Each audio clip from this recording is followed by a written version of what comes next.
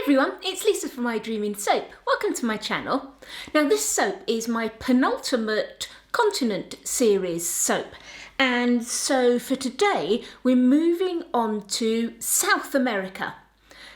Now I know actually, this is the continent that's given me the most trouble deciding what to do, because I hadn't really planned it very well, as in I hadn't really decided what I wanted to do. And so having done some of the other continents, it did restrict me in some ways, because I kept coming up with ideas and then thought, that's a bit similar to this and that's a bit similar to that sort of thing. So what I've ended up doing is picking up on a place in South America that you may not be particularly familiar with, but it has some quite iconic features. So I'm doing Easter Island. So what I'm going to do first of all is I'm going to start off mixing up some soap, no surprise there, to make this basically a landscape scene with Easter Island. I'll just bring a picture up of it here. As you can see, it has these statues, these faces, these huge, great big rock carvings on it. So this is the type of thing I'm going to try and create in my soap.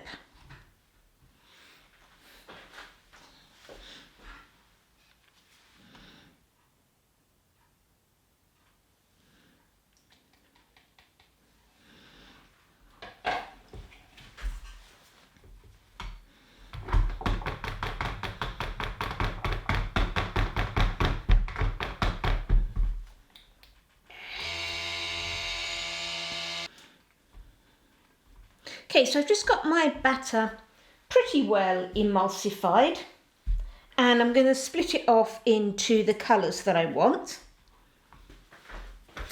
Now, just before I split it off, I am going to add my fragrance oil to all of this batter, even though I'm going to split it off and then do my colours.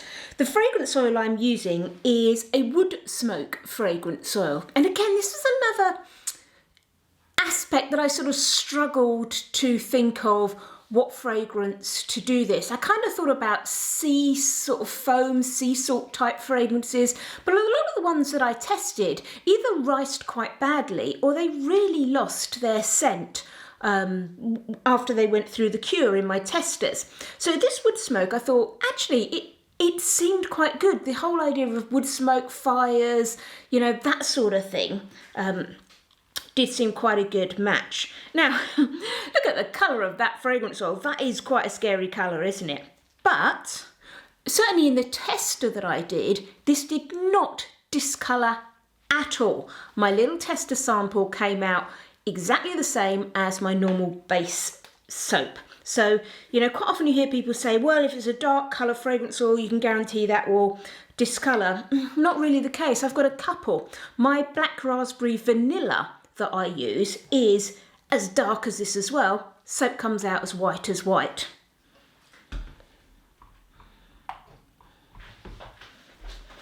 So the reason why I'm adding it in now is because then it saves me mucking around trying to split it all up, and obviously it can go in and be nice and even. Also, this is a super duper slow moving fragrance, so I've got no worries about it accelerating my trace. When I tested it in my little sample, when I test fragrance oils in samples, I literally mix my batter to an emulsion and then I add the fragrance oil, and then I look to see how long they take to come to a trace and then to various other stages of trace. And this took 18.8 minutes to go from emulsion just to a trace. So certainly, I think I'm going to be fine. Admittedly for this, I have allowed my oils and my lye to be a bit warmer than I normally would, just because I don't want to be waiting for 4 hours for things to happen. Okay, so that looks a bit dark in there now, but it's going to be fine once it saponifies. So I'm just going to split these colours up. Okay, so here I am, and I've got a tiny weeny little bit split out there, and this is a combination of Emerald Lagoon and some Sunshine Yellow. So it's going to give me sort of a a limey type of green, so a more yellowy green.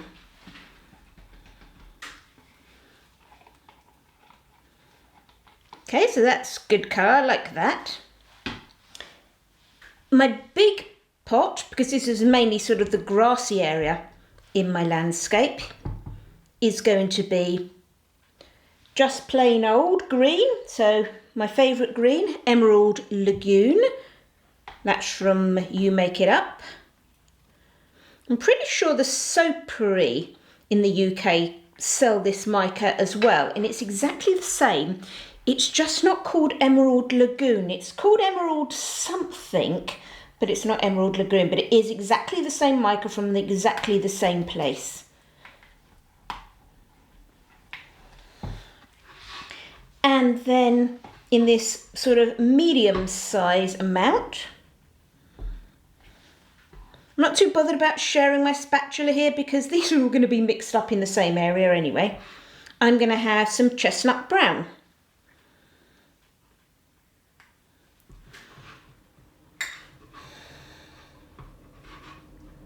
Now for me that's a little bit dark, so I'm just going to add a touch of titanium dioxide. Okay, sorry I did that off camera, but I had to measure and weigh, my scales are over there. I always have to weigh every single thing that I put in so I can note it down on my safety assessment for when I get this soap assessed. So that's why I disappeared off to do that. Yes, I'm happier with those colours now. So I'm going to go for a good old squeeze bottle again. So let's get these decanted. Okay, so those are my pots. My green, I've got more green that will fill up. Let's go and get my mould. So here's my soap mould. And I've made some embeds. I've just extruded these, and you know, I'm sure you've seen me extrude loads of stuff before. So I've extruded the little for our cases, little faces for the soap. Now can you see how this all looks rather, I don't know how well you can see that, almost a bit tatty and a bit rubbish. It's the sort of thing, if I would normally take this and extrude it and go, that's rubbish soap dough. I did this deliberately because I wanted it to look a little bit, you know, battered and sort of as if it's something that's been out and is quite ancient. And what this is, gosh, if you saw me do my autumn tree soap, if you remember with that I made a tree trunk and I scraped off lots and lots of the soap, and it was an unfragrant soap that I used for the tree trunk. And all that stuff that I scraped off, I scrunched up into a ball, and this is what I've used. And I love the way it's got like little bits and pieces, because it wasn't a poured soap dough, it was like smushed together, almost like I'd just taken scraps and squashed it all together. And I thought that would be perfect for this soap. Now, luckily I kept an eye on, you know, my records and everything of how much stuff I've used, but those are my embeds. Right, okay, so let's get this starting to pour.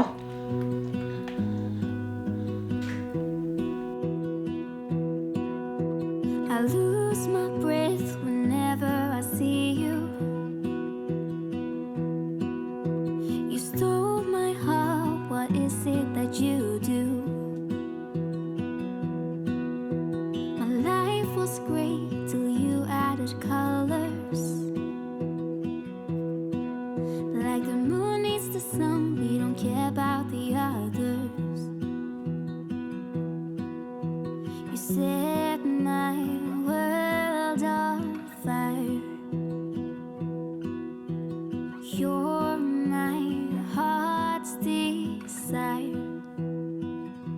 I just wanna love you, just wanna hold you, just wanna be with you till we grow old. Please tell me you'll stay or take me away. I want you for myself every single day. You set my world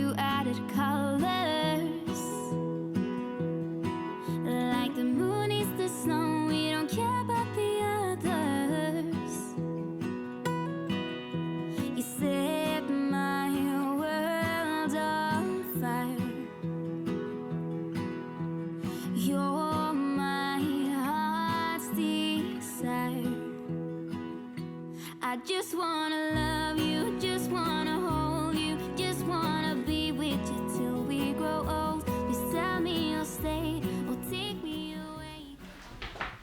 Okay, and then I'm just going to leave that to set up so it's all nice and firm, so I can put that down level without those embeds moving out of place. So, time to go and wash up. Squeezy bottles, everyone's favourite. So I'm all nicely set up in here, and what I want to do is I'm just going to add an extra little layer before I get onto the sky, just at the front here, and I'm going to have it, essentially it's the same colouring as the little sculptures, but hopefully a little bit darker. And what I want it to do is to look like a background of rocks. So again, I've mixed this up, I've allowed it to be quite warm, and I've brought it to quite a decent trace already, just so I don't have to wait for ages.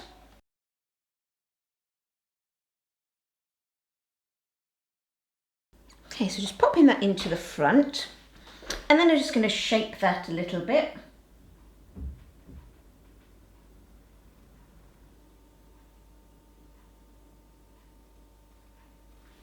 Okay, so I think that will do, and then we've really just got the sky to pour.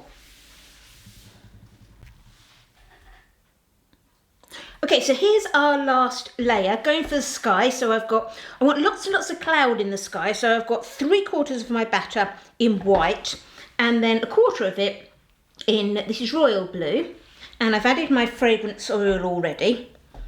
So I'm going to pop some of this, because I want it always to stay white, for some clouds, and then I'll start ombreing and gradually bringing in this blue for the rest of it.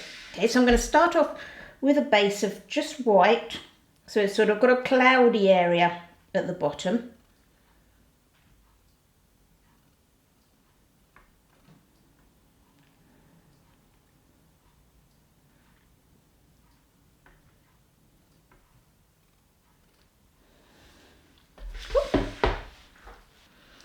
Then I'm going to add tiniest bit of blue in there.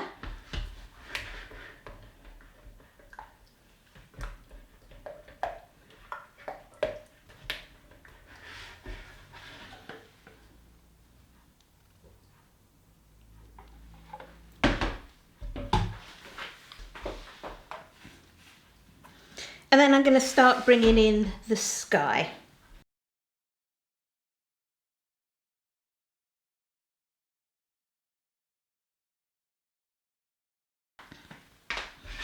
And it's slightly annoying because I want to kind of keep doing this ombre effect. I'm going to keep emptying out that little bottle, adding a bit more blue in.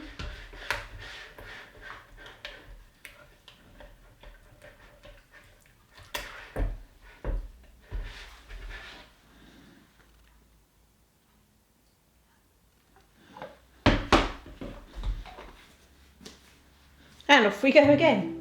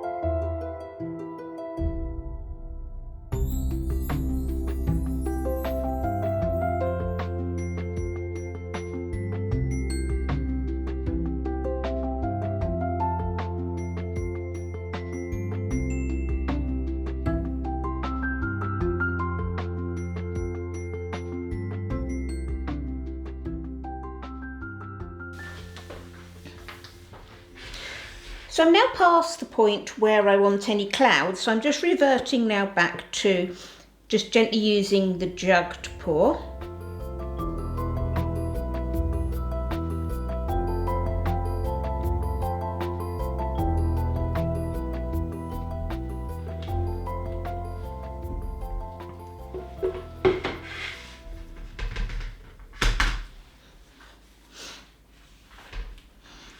And then I'm just going to get out the little bits and pieces of the squeeze bottles and sort of drizzle them over the top.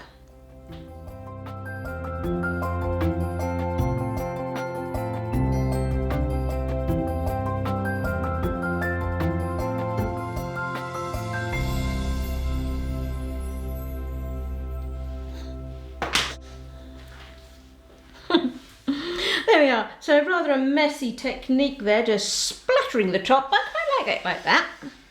And I'm not going to swirl it or anything. I am literally going to leave it sort of with a splattery effect, just like that. So that can now go in the oven, see pop overnight. I clear up all my splatters and then we'll cut it in the morning. Here's our soap the next day, and I like that cool splattery top. So just the sides of that. And it does smell nice and smoky. So let's just get this lined up.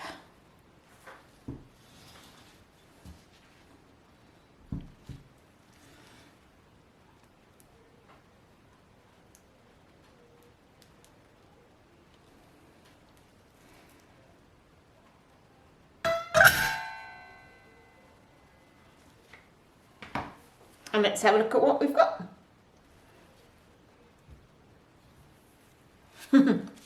There we are with our Easter Islands, all that variegation in the grass. I like the way that my skies come out. You can not really see, remember that last little statue that's sort of fallen over? Hard to sort of see that one, but the rest of them seem to have come out pretty well. I do like that scenery there.